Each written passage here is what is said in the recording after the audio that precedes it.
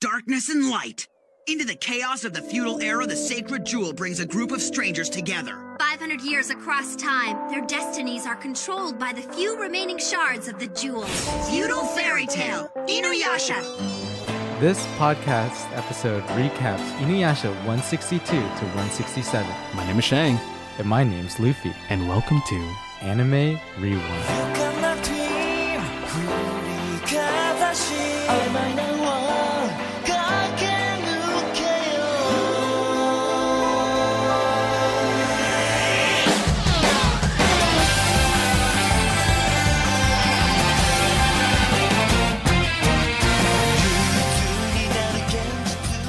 Welcome to Anime Rewind, the podcast where we revisit animes from our childhood and try to see if they hold up to today or if they should just remain a good memory. We finally made it, Shang. This is it! The end of InuYasha! We made it! Really? This is the end? Seriously?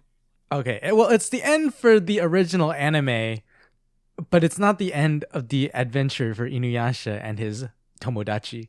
I was going to say it doesn't really feel much like an ending. I feel like there should be maybe another arc or something. I don't know. You don't feel like it's an ending when you bust out of a stone demon's gut? Sometimes, I guess, maybe. You don't feel like you reach an end when you've had like a really bad stomach virus and then finally your insides just implode outward and then you feel relief? I feel like you're describing Taco Bell to me. Did you actually hear Taco Bell is announcing a brand new triple lupa? Oh, God. This is actually real. I can't believe that. It's called the triple lupa. It's 3 chalupas end to end. Yeah, I'll wait until they make the quad lupa. What about the double lupa? They just jumped over that one. Hey, man, no one wants double. They want triple. Come on now. That's true. Double is too conservative. Triple is for those like courageous folk. That's right. I feel like that would make my stomach bust. And for some reason, diamonds would come pretty out. sure your stomach wouldn't be the only thing that busts. Yeah, I feel it now. My gut's exploding with diamonds coming out of it. I can't really explain why diamonds. But yeah. This episode brought to you by our new sponsor, Taco Bell. Try out their new triple lupa. Available soon. Taco Bell, please sponsor us. Yeah, please. Please, Taco Bell. All right. InuYasha ended, so let's talk about InuYasha and not Taco Bell. So I didn't realize that after like 5 episodes of trivia questions that I would just run out of trivia questions, but I dug deep to try and find the best trivia questions for today's episode. Okay. And so I'm coming at you hard, all right? All right. Question number 1. What is the name of the InuYasha ending sung by the Korean artist Boa? What? That's probably the easiest one ever. I'm gonna sit on that one. I can't answer you yet. I'm still thinking. Do you need to phone a friend? Yes. Okay. All right, next question. Question number 2. How old is Kagome? Okay, that's rude. You can't ask that kind of question, okay? Well, 17, yes, we 17. can. And we will find out at the end of today's episode if Kagome InuYasha, don't do it. Don't is 17 do it. or not. Don't do it. The federal cops will come after you. Wait, but what if InuYasha is also cops. like 17? What would the feudal cop be? It'd probably just be Shippo. You see, that wouldn't count because, plus 50 years on a tree and so on, So you're saying InuYasha's like 60 plus? Yes. Oh, dang. Oh, man. Wow, InuYasha, you creeper. The FBI are at your door right now. Yo, man, the feudal Open cops up. are coming. I don't know what the feudal cops will look like, but they're coming in. All right, so for this episode, Shang, we watched the final 6 episodes of the original InuYasha series. Okay.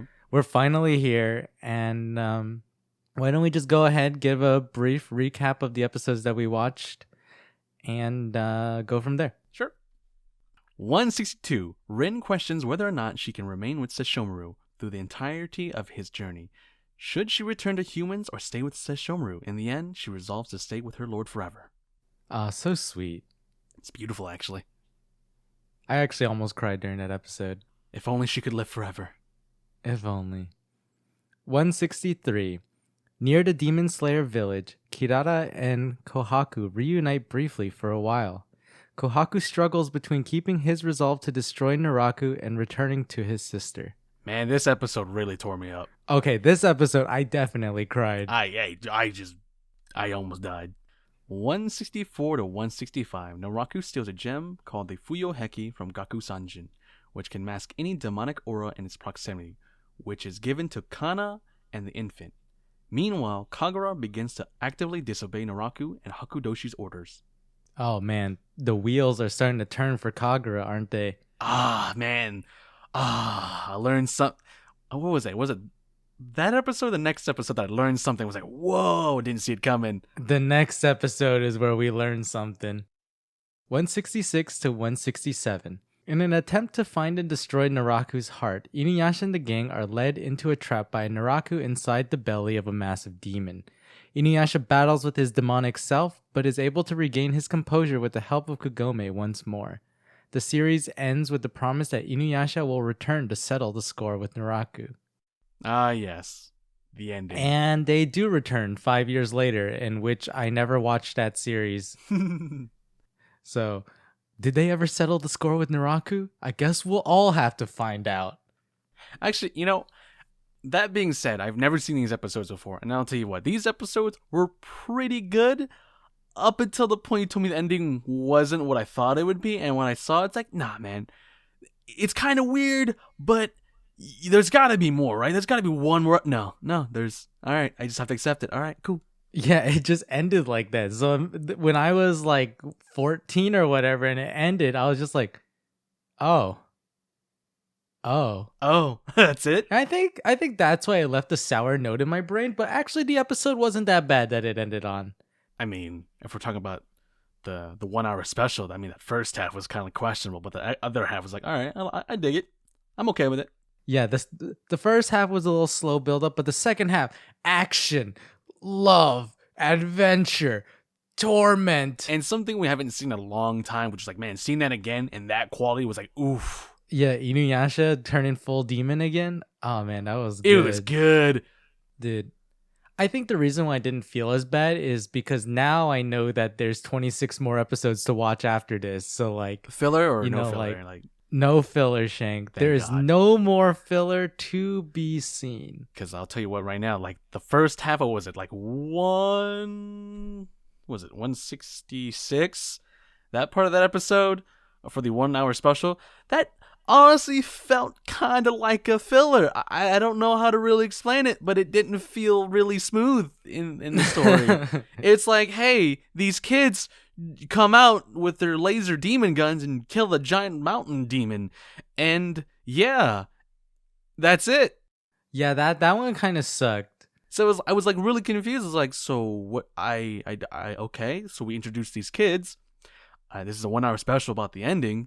And then we introduced in the guy with the demon arm. He dies, and then we learn the truth. And it's like, I'm pretty sure this isn't filler, but there's a part of me that feels like it is filler. I don't know. I think that part is probably a lot like Princess Abi in that we probably saw a setup for something bigger later. Right. So I think we got a literal Princess Abi, but with a 5-year gap in between episodes. Oh my gosh. You're right. You're right.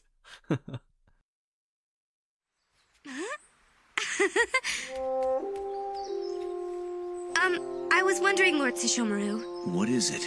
If I died one day, I was wondering, would you always remember me? Don't say such silly things. Lord Sesshomaru! Here's Aoun. Lord Sesshomaru, where are you, girl? Do you need to ask? I'm going to find Naraku. Yes, of course you are. May I come along? I mean, if it's not too much trouble or anything. You need to ask? Huh? Of course you can come, Master Jockin. Come on! Hold on! Okay,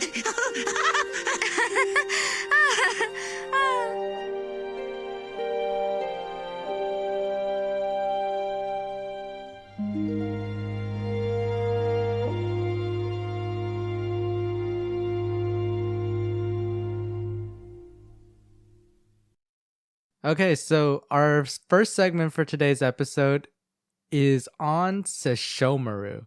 So Sesshomaru is someone that has been around in the InuYasha series since episode 5, I believe, is when he was introduced. And so like I realized we never really took the time to really discuss his change in character, because I feel like when you think about characters that have changed, Sesshomaru is probably the one who has changed the most. Like, we go all the way back to episode 5 when we first meet Sesshomaru. Remember, this guy was angry, man. He was mean. He treated Jockin like garbage, even though he actually is, but still, man. I don't know. I feel like he still treats him like garbage, just less. He treats him like better garbage. Like, you know, like garbage that you don't really crumple up that bad, but you still throw away. Yeah, that's right. Instead of smashing the can and throwing in the trash can, it's just a whole can, you know? Yeah, that's a great analogy. That's essentially what is going on. Like, I actually went back and like rewatched a few episodes, and I actually jotted down notes of like Sesshomaru and his appearances and times he actually did nice things versus times when he first showed up or whatever. And so when he first shows up in episode 5, like I believe like there's a point where they're on a boat and they're trying to find InuYasha and Sesshomaru's dad's grave, and Jockin mentions InuYasha's name, and so Sesshomaru throws him overboard and then uses the staff of 2 heads to keep Jockin underneath the water, and he passes out or something like that. It's like super hilarious.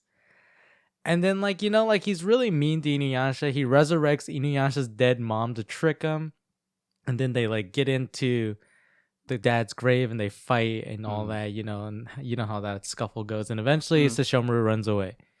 It isn't until episode 35 that Sesshomaru meets Rin. And this is the very first time in which we see Sesshomaru kind of do something kind, in which he takes out the Tenseiga because the Tenseiga starts pulsing. And we don't know if it's either on whim that he just wants to try it out, or if he actually like had a reason for reviving Rin. But he does revive Rin, and from there, I believe that we just start to see him slowly change. Right? It's like I was like wondering, because I know he's like said, "Oh man, why did you revive that human?" Because I wanted to test out this sword. It's like, really? You really hate humans, but you want to save Rin because you want to try out your sword. Okay. Can you say that in Jockin's voice for me? My lord! That's all I got. I can't get that. That's it. That's it. That's all I got. Well, speaking of Jockin, in episode 44, when the Tokijin is crafted, Jockin goes to meet with the dude and gets cut in half, right? And then that, you know, like that's the instance where Sesshomaru shows up, sees that Jockin's dead, kills the demons, revives Jockin. And, you know, in the most Sesshomaru way, he's like, pull yourself together, Jockin. Literally. And would you categorize that as a kind act or a mean act? It's both, pretty much. It's like, yeah, a little bit of both. It's like, you know what? I want to test out my sword. There's no one else besides Jockin. I'll use Jockin, and I'll save him with the other sword, because, you know, I'm a nice guy.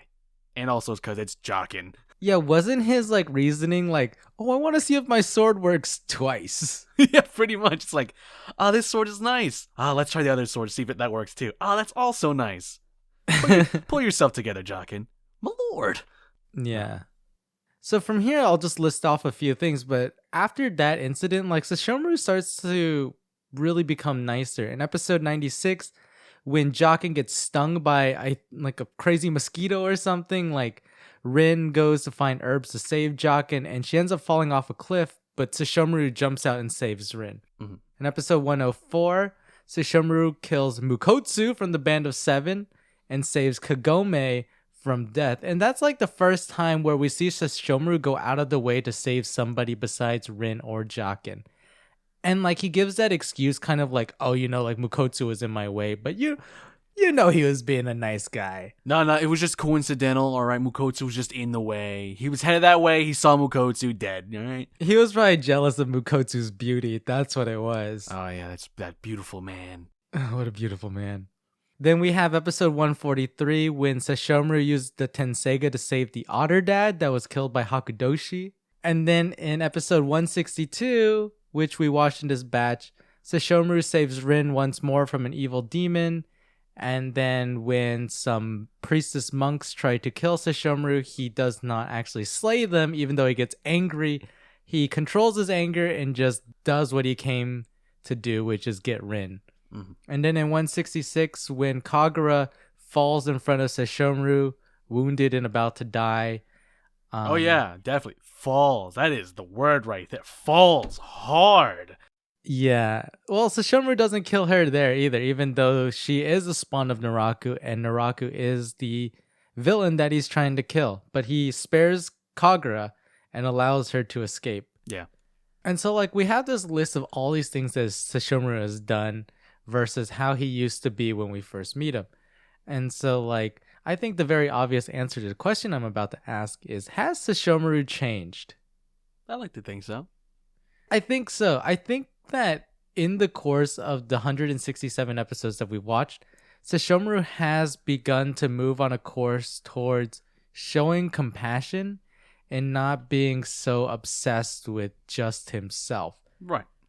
But I also feel like his path isn't complete. Like, I think actually, so I'm sorry to jump into this, but it's in 162 that, remember, Rin has a conversation with Jaqen about the empire that Sesshomaru will eventually build, right? Yes. So after she gets saved, I'm pretty sure this is the episode, she talks about something or the lines of, "Oh, I'll be with you as long as I can, but I fear that I will die before I get there." And Sesshomaru says the most sweetest things to Ren. You know what he says? What's he say? "Ren, don't talk like that. Now come now." And it's like, wow. He truly cares for Rin's life. That was such a wise thing to say. I really think that the way Sesshomaru dealt with the entire situation in 162 was a very good reflection of how different he is from when we first met him. What I was saying earlier is kind of that even though he's changed a lot, I don't think his overall growth is complete. I feel like if we were to measure his progress from 1 to 100, he's probably at 60%. So I'm kind of curious to see how much more he develops toward the true end of InuYasha in the second series and the rest of the manga. The true ending. The true ending, bro. You gotta play the video game 3 times to unlock it. Oh no. The other question I would like to ask is, do you think Sesshomaru actually enjoys the company of Rin and Jaqen, or is he more annoyed by it? Yes, with Rin, just tolerates Jaqen. You think he just tolerates Jaqen? Yeah. I think so too. I feel like Jaqen has just been around Sesshomaru for so long. He's just like, I'm just used to this guy. Yeah, pretty much. He's just here. You know, like when Sesshomaru goes to a party, they're like, "Hey, who's that guy?" He's like, "Oh, that's just my friend. Don't mind him." If we're also adding on, wait, is it A-un? A and Un? Yeah, A and Un. If we count them as the party too, yeah, he's okay with them too. I don't think I've ever seen Sesshomaru like even like take care of A and Un. It's usually Rin taking care of A and Un, and then Jaqen rides along on there too. Well, if he wants Rin to take care of A and Un, then that means he cares about the mount, I would think, right? Yeah, I think so. Or maybe like he keeps them around to keep Rin safe. So he doesn't have to carry Rin on his shoulders all the time? Yeah, I think that carrying Rin would remind him of InuYasha carrying Kagome all the time, you know? Ah, that's a very interesting visualization. But yeah, I honestly feel like Sesshomaru is probably one of the most interesting characters to take a look at because of just how much he changes. Like everyone else that we look at kind of changes a little bit, you know? Like we have Moroku, who's a womanizer, slowly become a not womanizer. then like Shippo slowly getting braver, and by braver I mean I put brave in quotes. I was gonna say, like, sure, we could say that, but I'm still not too sure. I'm not too sure either. I don't think Shippo will ever get brave. We'll see how his story arc turns out. But like, you know, like everyone else's development is very A to B, but I feel like Sesshomaru's development is something that's gonna be the focus of in the latter half of the series. Right. So I'm kind of interested in seeing where he goes from here. So, are you saying Naraku was a diversion? I'm certain of it. And that's not all. My Shikigami were close to discovering something. What was it? It seems that Naraku did not die by my arrow. Yeah, ever since Mount Hakure, he won't die no matter how many times I destroy his body. That can only mean that his heart is located somewhere else. His heart? So that's what he's trying to hide with the Fuyoheki? In order to destroy Naraku, I must find his heart. Kikyo.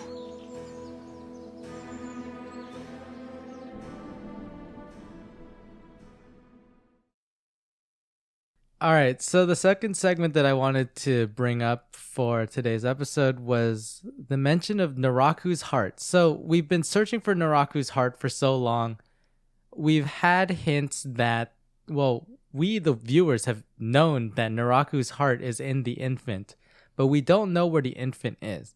And so finally, we figure out where the infant is, and then very rapidly, Sesshomaru, InuYasha, Koga, everyone knows where Naraku's heart is, and they all rush there.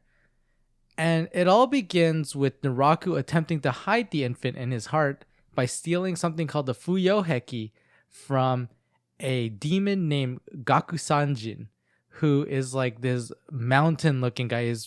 He dies in like 2 episodes, man. It's not even that important. Oh, that's The main sad. thing Oh, is- it's so sad.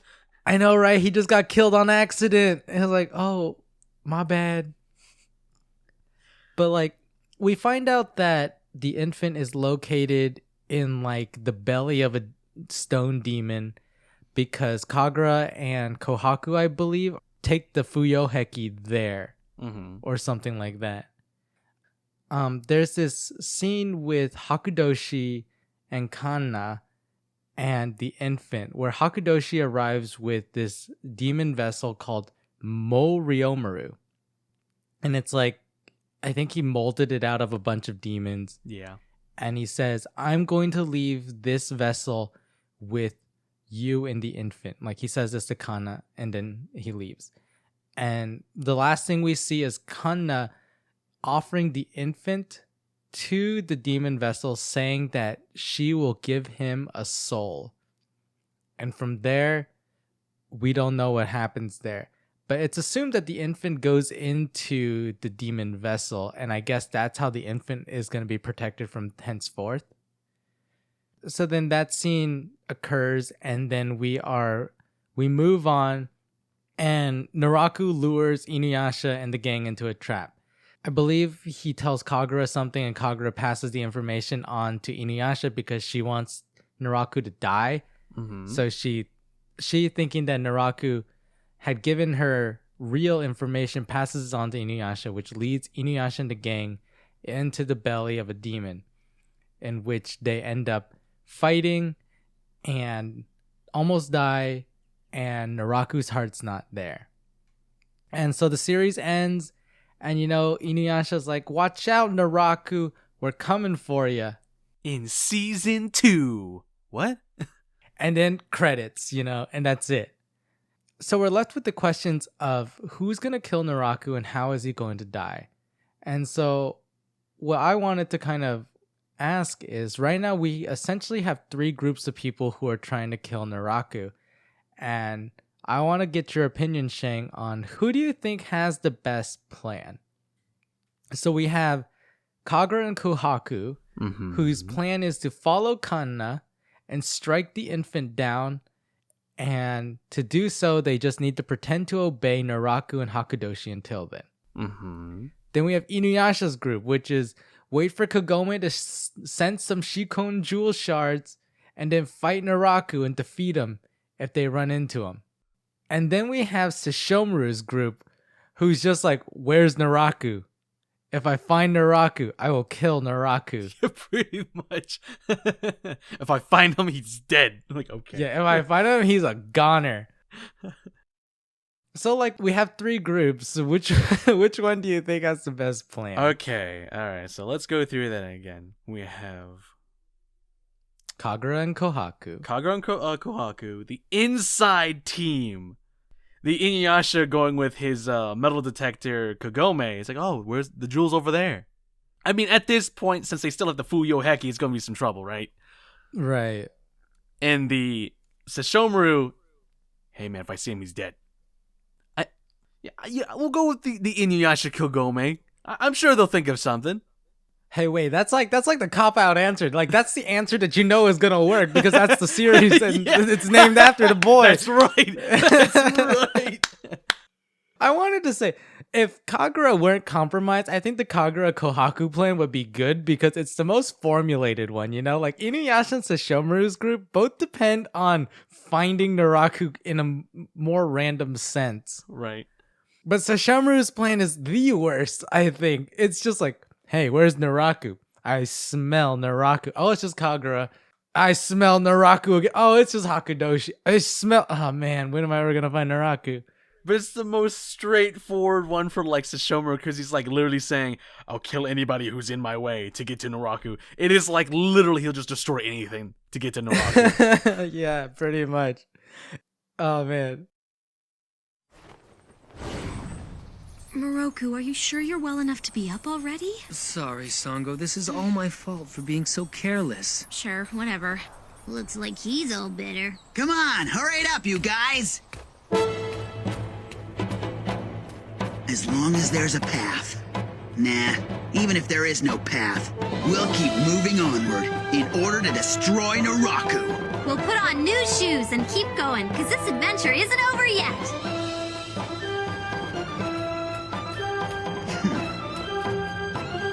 We'll hunt down Naraku to the ends of the earth. Yeah!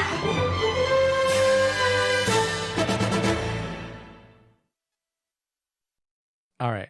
Best and worst episode, Shang? You already know which one's my favorite episode, but what's yours? Wait, okay. So, my favorite episode of this batch was 163 with Kohaku, Kirara, and Sango. That episode was top tier. I almost cried. I definitely cried. 10 out of 10. I'll back that up. 163 was also my favorite episode. I loved it. It was... Oh, you know what I loved about it? It was the 2-minute song that played at the end of the episode where literally no dialogue was said. And it was just like, you know, a scene of Kohaku returning and like feeling like sad, and then Sango returning to the group and feeling sad, and like Moroku like comforts her or whatever. But it was like such an emotional play out in a scene that had literally no words, and I thought it was absolutely beautifully done. My favorite scene, that is also the most crushing scene, is whenever Sango is literally running through the forest, calling out to Kohaku, and Kohaku runs behind a tree because he practically noticed his sister's running towards him.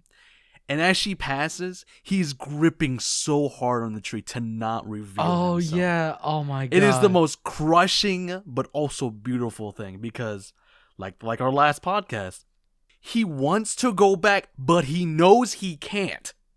Yeah, he's struggling so hard. And as a visual representation of that is beautiful but crushing. Yeah. And you know what's crazy, Shang? What's that? That episode was filler. I hate this. I hate the show. It's stupid. It's stupid. I hate it. Yeah, that was actually a non-canonical episode, and it was done beautifully. And like, I feel like that really shows how well the directors of InuYasha can create episodes when they aren't shippo focused. You're right. That or Sango and Kohaku are just good characters. Yeah, I think that they really hit a really good note between the Sango and Kohaku like struggle.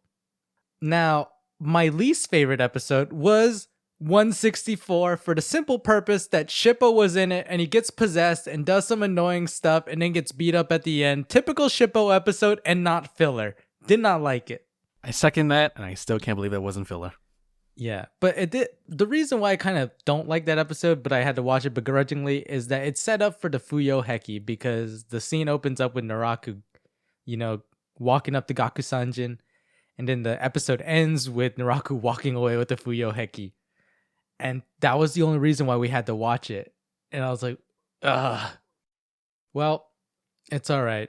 Maybe we'll get less Shippo filler in the final act. Now, we've come to that point in time where you've been sitting here patiently as a listener, and it's time for us to reveal today's trivia answers. And for today's trivia, our very first question was, what is the name of the InuYasha ending sung by the Korean artist Boa? And the answer is Every Heart, which was the fourth ending of InuYasha. And my favorite song, and I didn't know. God darn it. Question number 2 was, how old is Kagome? And the answer is... Before you continue, I hear knocking on my door. I think that's the cops. It's 15. Dear God. InuYasha, run! Run for it, you old man, you! I can already see the police just jumping down the well, just trying to get him. Get him! Open up! Nowhere is safe, boys. Nowhere is safe. Time traveling does not keep you safe from the cops. Oh, man.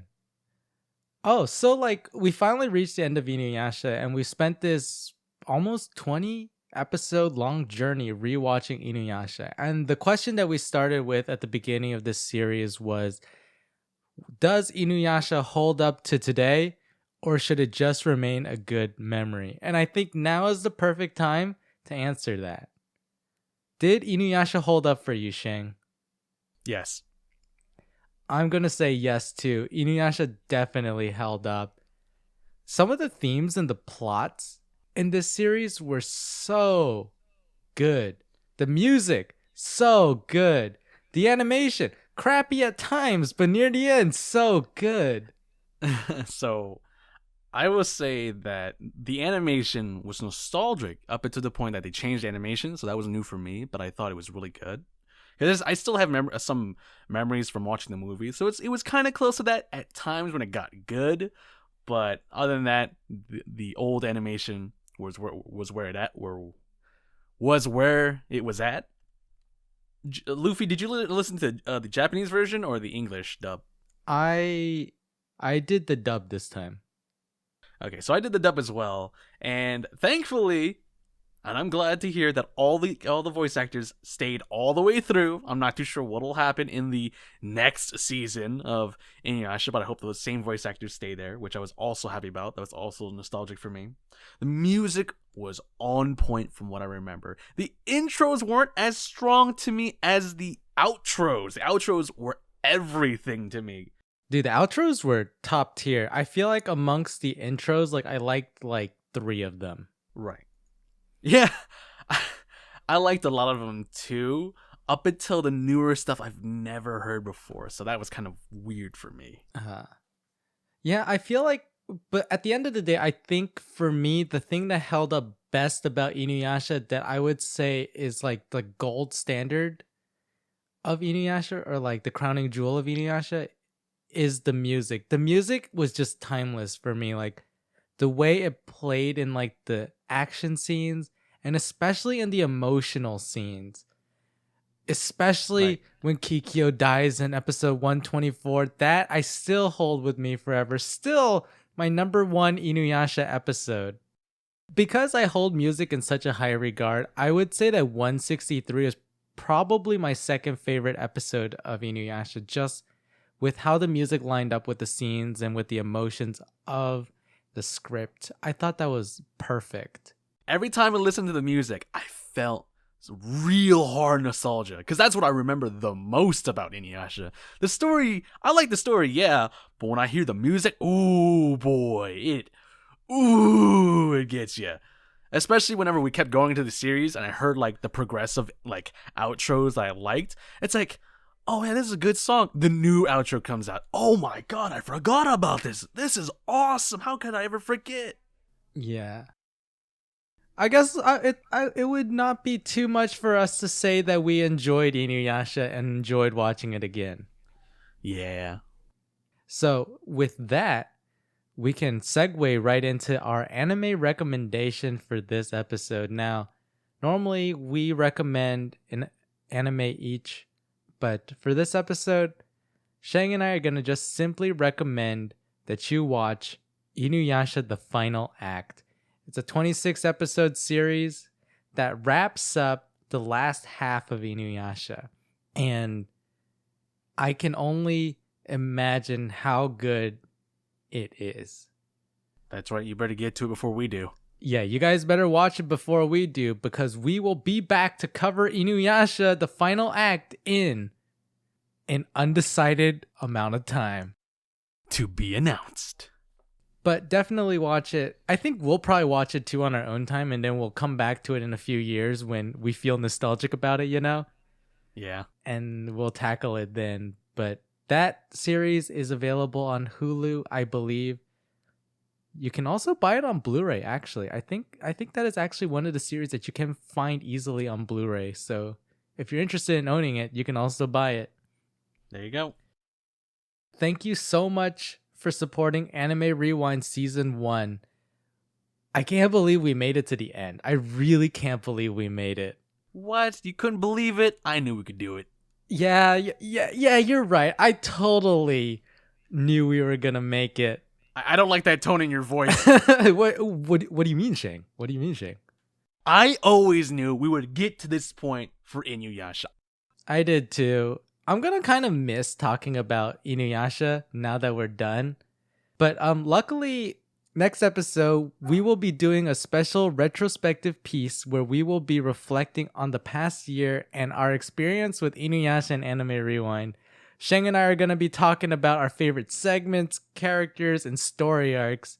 And we'll go more in depth to answer whether InuYasha is an anime worth recommending in 2020. So I hope you guys look forward to that. And I hope you enjoy us just gushing just a little bit more of InuYasha. Looking forward, season 2 is coming. So please look forward to that. Now, we have prepared a special outro for you as a way of just saying thank you for listening. So until next time, my name's Loofie. And my name is Shang. And thank you for listening to Anime Rewind.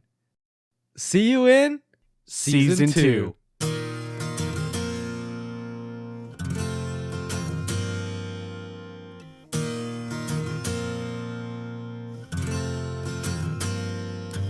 Hey guys, welcome to Anime Rewind, where we revisit anime from our childhood and try to see if they hold up today or if they should just remain a good memory. One shot, baby! Let's go! You're supposed to say my name's Shang! One shot! Hey, did you guys know that spiders and centipedes are not the same thing? All right, we're starting a brand new podcast. It's called Centipede Rewatch. I want to die. That's what one of the characters says, actually.